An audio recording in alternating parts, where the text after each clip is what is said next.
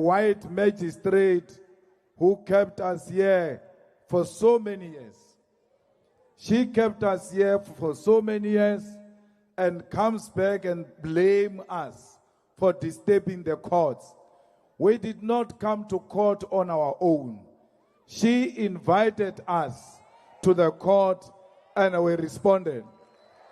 You know, if you don't come to court, you get arrested. If you come to court, they say you are disturbing court. Therefore, you must go to prison for disturbing court. So we don't know what to do anymore. But that was not the law. That was racism speaking. Magistrate Oliver is a racist of note. And she must know that in her sleep, that she's a racist and she's possibly a member of AfriForum. That's why when you mention AfriForum, she cannot hide her emotions.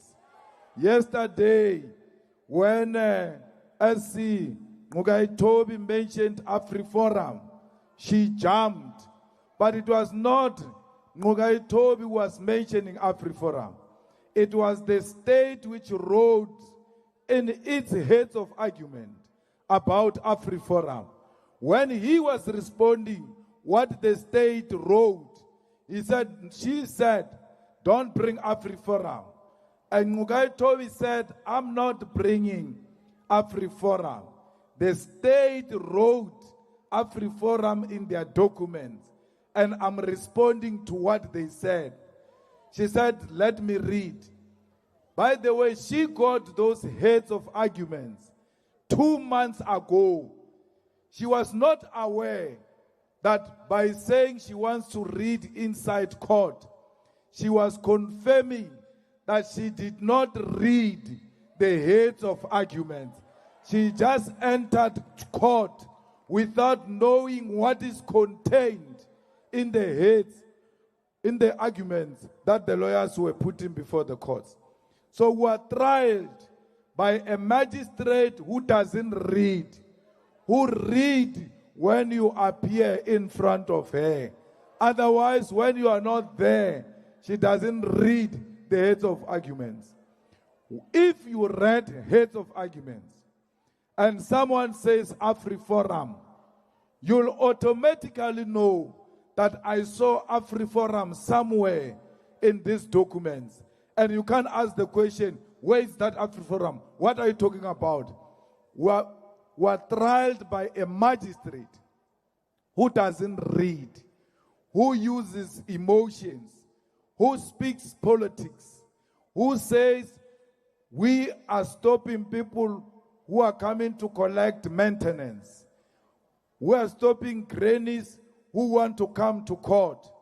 But in reality, this court was never closed. The public continued to use this court. So she doesn't have any reason, none whatsoever. She goes around fundraising reasons why we must go to prison. They took a firearm which they say I used. She was not aware when it was mentioned in court that the firearm has been handed over back to the owner. She appeared shocked. But the witness who was testifying for me wrote about the firearm being taken away. She was not aware. You know why? She doesn't read. She doesn't know what is contained in the documents that are before her. So we are dealing with someone who doesn't apply the law. The law, whether you hate someone or not, you have to answer the question, what does the law say on this matter? She will not answer that question because she can't read heads of arguments. 21 pages. And those 21 pages are quoting the judgments which were written before about matters that are similar to this one. How can she read all of those judgments if she can't read 21 pages? So it's clear that even the law that we are referring to, she can't refer to it because her and reading are not friends. They are not the same WhatsApp group. She's the most incompetent magistrate who read a judgment for 3 days. It is never done. She does so because we suspect she doesn't write her own judgments. They ask a simple thing, leave to appeal. It's a simple matter. The state stand up and they do not say anything.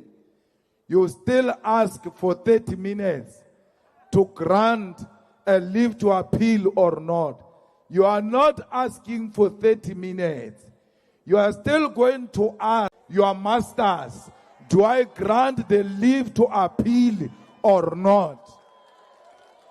So you are dealing with an invisible hand that is controlling the proceedings in that particular court.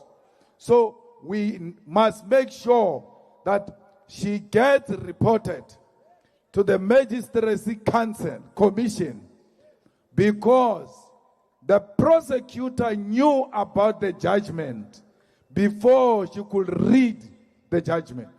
A day before, she told accused number 2, you must go and fetch your gun tomorrow.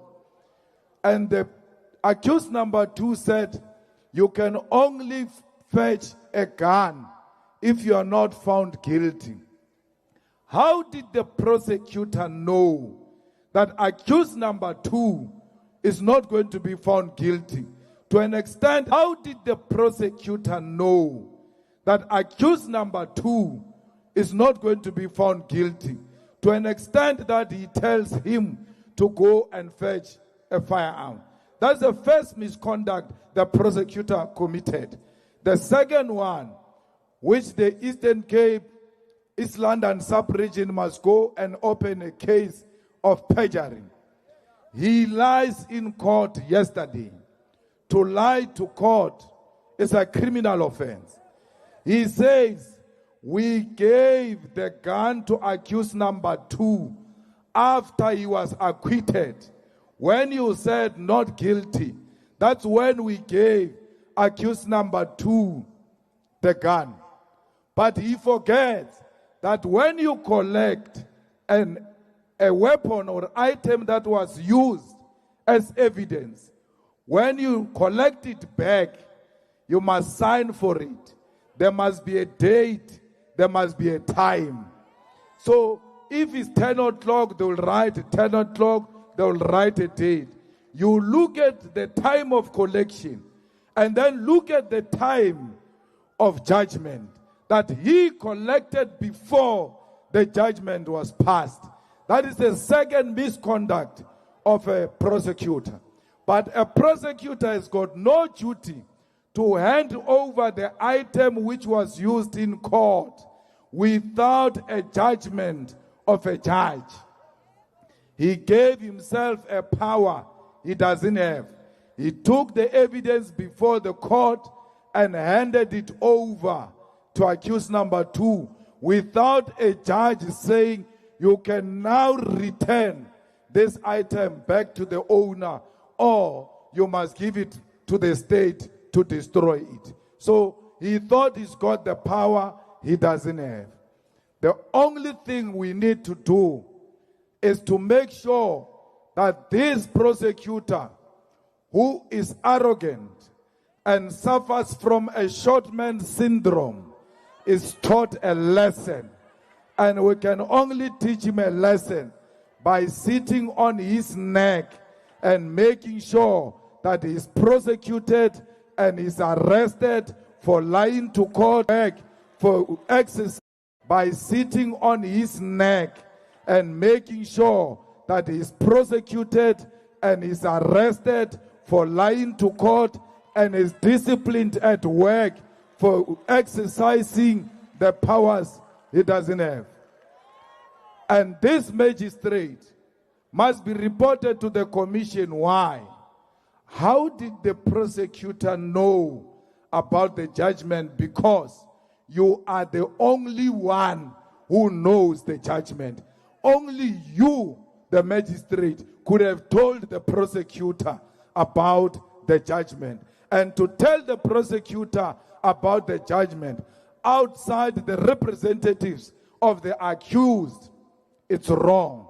It's not allowed in law. If there is anything you want to communicate to the prosecutor, you must call the defense to come and you communicate in front of a defense. So clearly, you've got a special relationship with a prosecutor as a magistrate, and that is a misconduct on its own. So we must make sure that we pursue her for being ill-disciplined and abusing her power as a magistrate. So we are going to appeal this matter. We are going to make sure we go to Grahamstown and we are going to dismiss a judgment which was poorly read and which was poorly written. She has granted us leave for appeal on sentencing and refused to give us leave to appeal on conviction. We must petition the High Court to appeal the guilt verdict and the sentencing itself. Today, because all they wanted was to have me sleep here for one night, but they didn't know the reason why the Deputy President is not here. He is at Grahamstown.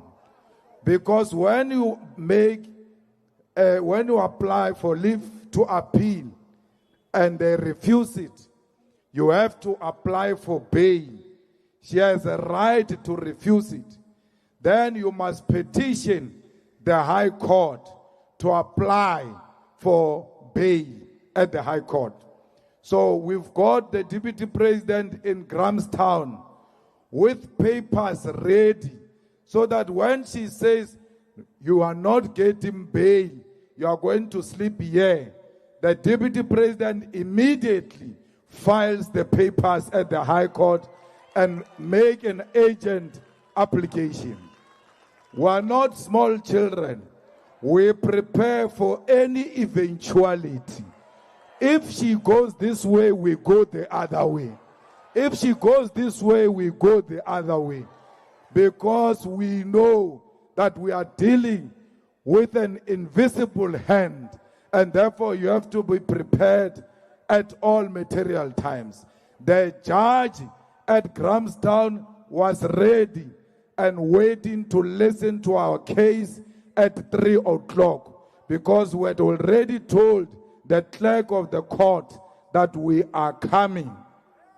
Not only that, we had a chopper waiting at the airport for the legal team to fly immediately to Grahamstown.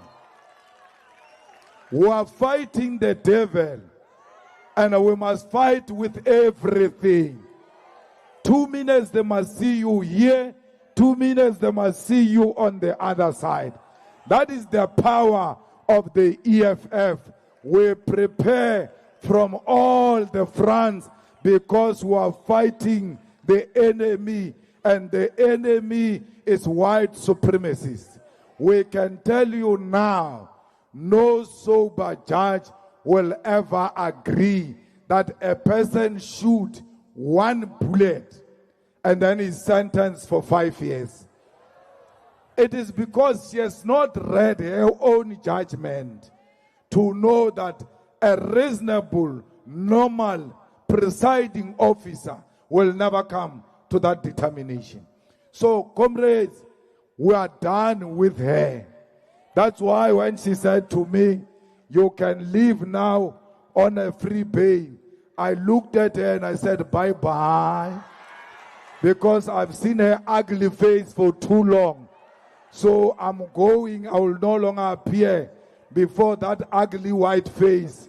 I'm going to the highest court where they don't use emotions. they use the law. What does the law say? And apply the law. So we must not even look back. We are going forward.